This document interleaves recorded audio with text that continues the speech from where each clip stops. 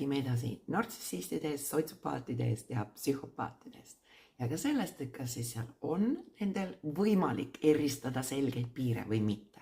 Vastus on, et tegelikult ei ole.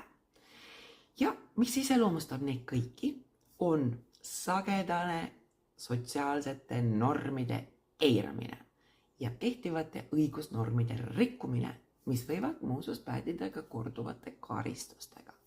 Väga harva on see, et nendel puudub nii-öelda register, kas või liiklusregister. Ütleme niimoodi, et see on üli harva. Peaaegu see kunagi ei eksisteeri läbi ajaloo. Et kui tegemist meil on siis sellise isiksuse häirega, siis neil on alati karistusregister seal taga. Aga see sotsiaalsete normide eiramine, see seisneb näiteks milles. Kõik seisavad järjekorras, aga tema läheb ette.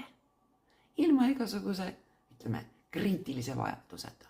Või näiteks, vaadake Selverite juures, kes pargivad seal, kus on siis need invaliidikohad.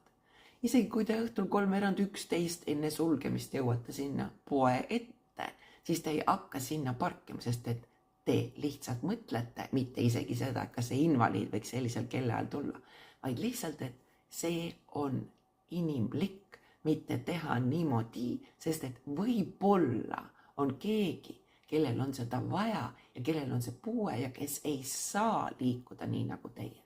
Aga nemad võtavad, see on kõige lähem koht, sinna me läheme.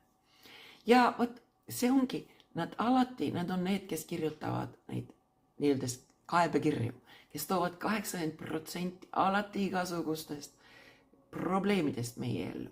Kaebekirjad muuseas alati sagenevad siis, kui on täiskuu aeg ja tavaliselt neid saadetakse ka ennem pühi, ennem tähtpäevi.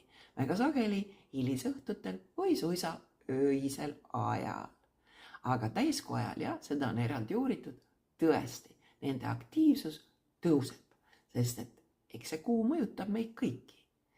Ja võt seesama sagedane sotsiaalsete normide eiramine. Sellega peab olema nagu ettevaatlik. Näiteks, tema on see teie kolleegidest, kes alati jääb hiljaks. Mitte see, et nüüd oli liiklusummik ja tõesti juhtus niimoodi, vaid ta jääb teadlikult hiljaks. Mulle tuleb meelde kunagi, kui ma olin doktoriõppes, üks kursuse õde, kes alati istus muuseas seal all sööklas, kuigi juba loeng hakkas, et siis sisse marssida. Hetkel, kui loeng oli juba kestnud kuskil 10-15 minutit ja mitte teha seda vaikselt ja vabandades, vaid just väga suurelt